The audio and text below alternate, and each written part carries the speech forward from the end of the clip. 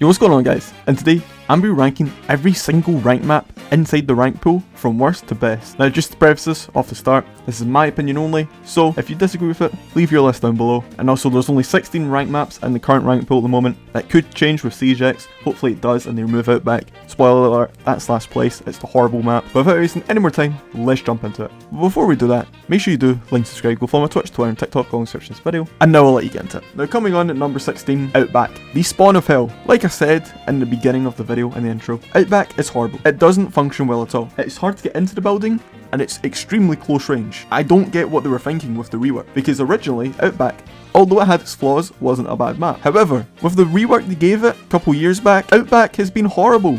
I don't want to ever play this map in SiegeX. The only redeeming factor about Outback to me is the fact that it's set in Australia. That's it. The spawn peaks are whack, the building is too close range, and overall, it's impossible to get into the building. But I've done enough complaining about Outback and how horrible it is. We're moving on to Canal now. Now, Canal, literally one change and it will be an amazing map. Join the two buildings together. Get rid of the two bridges, the sky bridge and the lower bridge, and join the both buildings together and it'll be a fantastic map. Unfortunately, however, they've not done that, and that means that all you gotta do as the attackers to roam clear is literally just put a butt ton of utility on those walkways and you'll be fine. Apart from that, the basement site is one of my favourite sites in the game, and the top floor isn't too bad. However, the middle floors, those sites are impossible to hold, and ultimately, just with how easy it is to roam clear and make sure it's impossible for roamers to get value as attackers, does lead to Canal being so low on the list. Now moving on to number 14, we have Emerald Plains, and I will admit, Emerald Plains is not one of the best maps in the game. However, it's a personal favourite of mine. I like the concept of having the middle being pretty open. It reminds me of that one site on Villa, but except the whole map revolves around it. The issue I have, however, with Emerald Plains is it's too small, and it's not like the fun small like Border, it's just the small to the point where ultimately it feels claustrophobic at times. However, it alleviates some of this claustrophobia due to the middle being so open and allowing for some rotates for roamers or attackers to be done. What I also appreciate as well about this map is the fact that every single site has an exterior wall you can open that allows you to get further into the site, but that doesn't mean it guarantees you into the site. It's an interesting concept and actually really well done, which I wish more maps done more often, because it rewards you to go for the breaches, which is part of Rainbow Six Siege, and then actually using your gunplay utility to get onto the site. But ultimately, if you were to ask me how could you improve Emerald Plains, just make the map a little bit bigger and allow for more space to be had on the map. Next, we're moving on to number 13, Theme Park. Now Theme Park is a difficult one. As soon as you get in the building, it's an amazing map. However, getting in this building is impossible. It is a fort. It is quite literally a fortress. There are so many spawn peaks. There's only ways in are for doorways and windows and hatches. There's no exterior walls.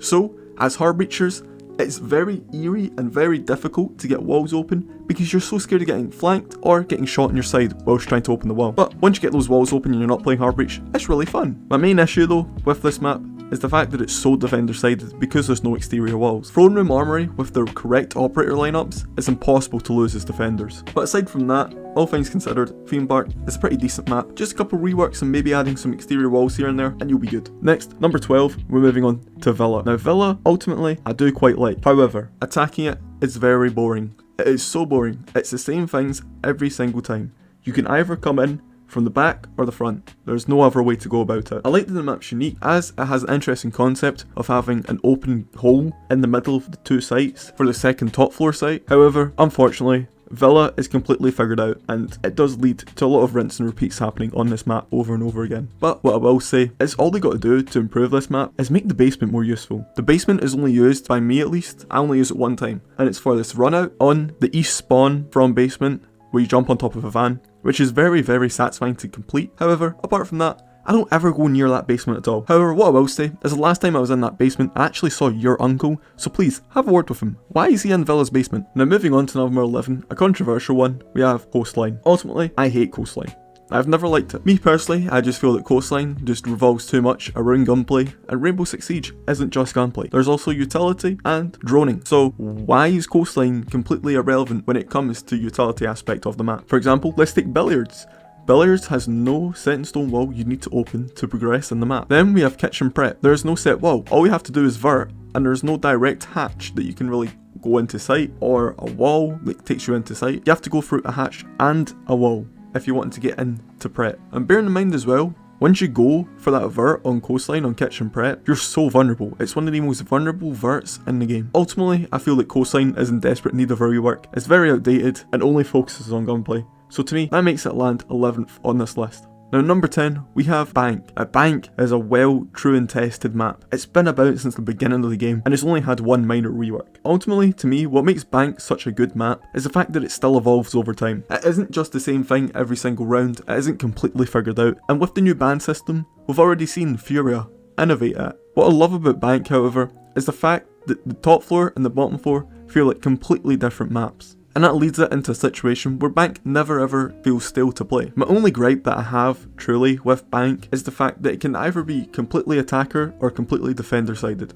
There's no in between. However, I've got a funny feeling with now the new change to how you jump out of barricades, where you can't ADS until you hit the ground.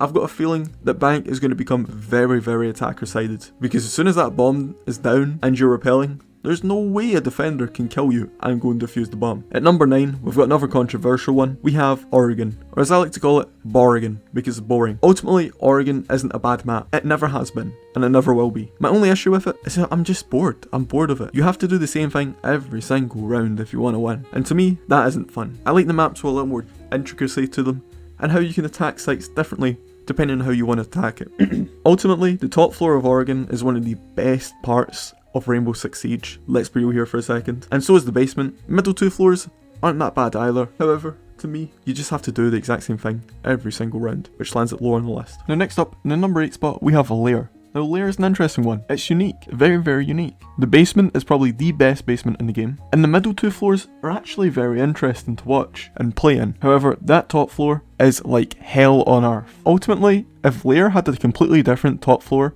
I feel as if it would be liked a lot more by the community. It leads to a very difficult way of trying to attack the map, because your first instinct when attacking top floor Lair would be to grab the exterior wall, but you can't, because there's 2 windows behind you that you need 2 other attackers to watch. And then once you can grab that exterior wall, it's not even that powerful. Ultimately, however, if the top floor got a rework, the rest of the map is pretty fine, to be honest with you. And to anyone who doesn't like it because it's supposed to be Deimos' hideout, get a grip. Like, it's a sick concept. However, what I will say is sometimes the map can feel too big for its own good, but it does lead for a lot of different scenarios, as it's one of the few maps in the game that's 3 different staircases for you to go up or down. So for that reason, ultimately for me, it lands 8th on this list. Now moving on to number 7, we have Skyscraper. Now Skyscraper is very interesting, very, very interesting. Skyscraper is one of these maps where in order for you to attack one site, you need to control the whole map. And it's pretty easy to get a control of the entire rest of the map. However, it's very drone punishing, because one missed drone on Skyscraper and that's your attack gone. If you don't spread out on Skyscraper and play against the entire top floor when you're defending one of the top floor sites as a defender, you'll be punished. However, equally, if you are an attacker and you don't take control of the rest of the top floor, you'll be punished due to the fact that it's so easy to retake on this map. Skyscraper to me is what Coastline should be.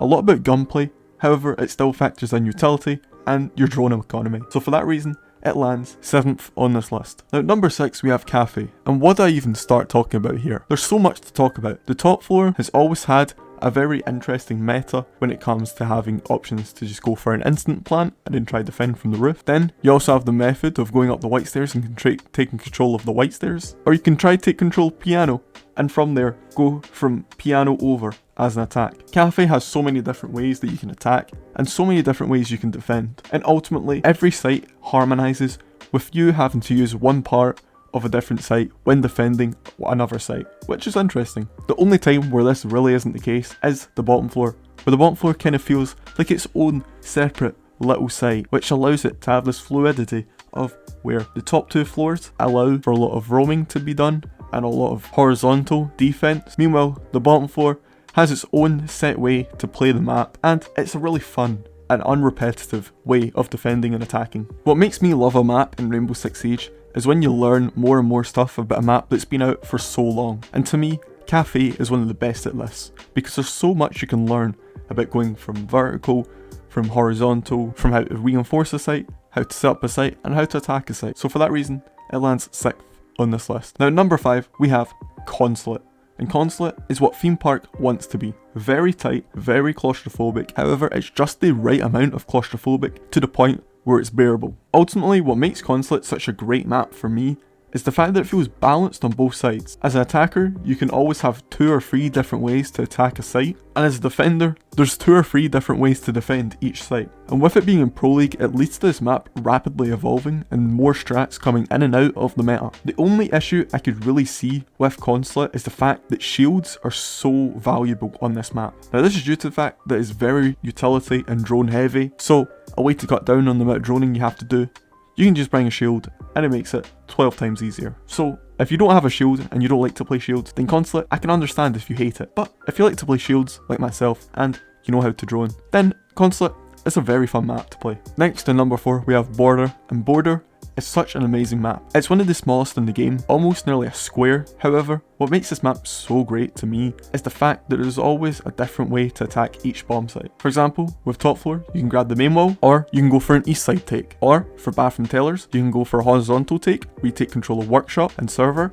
and then go straight into bathroom. Or you go from above, take the bathroom hatch, drop the bathroom hatch, have someone in the teller's window that holds the rotates, and you get the bomb down, and then plant the bomb and win the game from there. But there's also a little counterplay that defenders can implement into their gameplay. Like for example, Capcan is very potent on this map due to the new pipes being added to the game, and also the fact that it's easy to hide your Capcan traps on this map. But what makes this map even better for me is the fact that, to me, nearly every single site is viable, but the customs one, which to me, ultimately, is a pretty poor site. However, the rest of the sites, don't get me wrong, they're absolutely amazing to play and actually a blast to attack and defend. Now speaking of a blast, controversial one here, number 3, we have Nighthaven Labs. Now Nighthaven, I get what you're saying. You think it's a horrible map, but that's because you haven't gave it a proper chance yet. Now let me explain this to you. How do you attack the top floor site on Nighthaven Labs? To you, you're probably thinking, grab the main wall on IT and then go try plant behind pillar. But to me, what makes Nighthaven such an amazing map is you need to take control of at least 2 spots of the top floor before you can get the bomb down. Whether that's connector and E-box and IT, or it's aqua and IT and rafters, you need to do either 2 or 3 of these things before you can get the bomb down inside of sight. So switching your brain off and just going for a main wall and plant the bomb will just not work on this map. Then let's talk about the basement. The basement has so many different ways to attack. You can either run it through down the stairs, or you can go for the main wall, or you can go for vert. And you can see where I'm going with this. You have to combine 2 of 3 of them together in order to get the bomb down and win the round. Then for the garage site, it's very unique in the sense that you can play inside of garage, which typically is seen as a room inside every map that's impossible to hold and play in. Then finally, for cafeteria and kitchen, I just love the fact that you have to run out to reinforce the hatch in order to make the site even playable. But aside from that, it's a pretty spacious site and it's easy to extend out. So for me, it lands 3rd on this list. Finally, let's move on to the last 2 maps on this list. And to start off at number 2, we have Clubhouse. Now, Clubhouse is a very unique map in the sense that every single site revolves around a single wall. Now, for example, what I mean by this is, for example, CCTV. You can't get the bomb down unless you open the CCTV wall. Or, on the flip side, if you can't open the jacuzzi wall, you can't get the bomb down in gym. This makes hard breach so potent on Clubhouse, because if you don't know how to open a breach as a hard breacher, you're never going to win around the Clubhouse. Apart from that, the amount of extensions you can do on sites, like for example on bedroom, gym, where you extend out into construction and into cash, that's very fun to play as defender and to attack as an attacker. But you also have sites like the basement, where hatches are very, very important to open, and ultimately it doesn't lead to the point where if you just open the hatch, you win the round. No, you still need to open the hatch and take some space on site before you can get the bomb down and actually get a win in the round. What I love about Clubhouse as well though, is the fact that every operator has some sort of viability on it. For example, Scopos, with her Scopos shell being left in the bathroom stall. Capcan has some viability on the basement with how you can put some Capcan traps on the middle floor. And of course, because the map is actually a semi-decent size, Knock,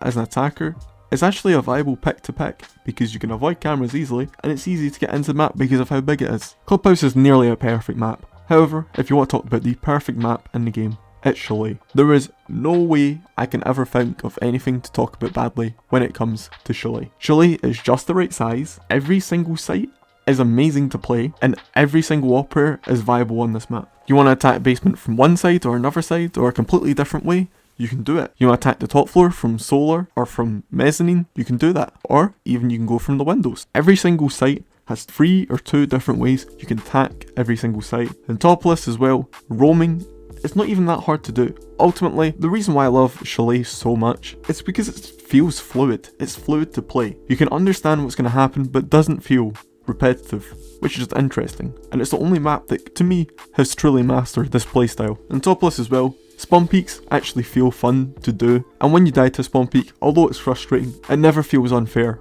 There's always a way you could fight back and maybe change your route out of spawn next time. So for all these reasons combined, Chalet is number 1 on this list. But with that being said, that's going to be the end of the video, guys. I hope you enjoy. If you did, please hit like, subscribe, go follow my Twitch, Twitter and TikTok, all in the description of this video. And if I wasted any more of your day, thank you guys for watching. I'll see you later.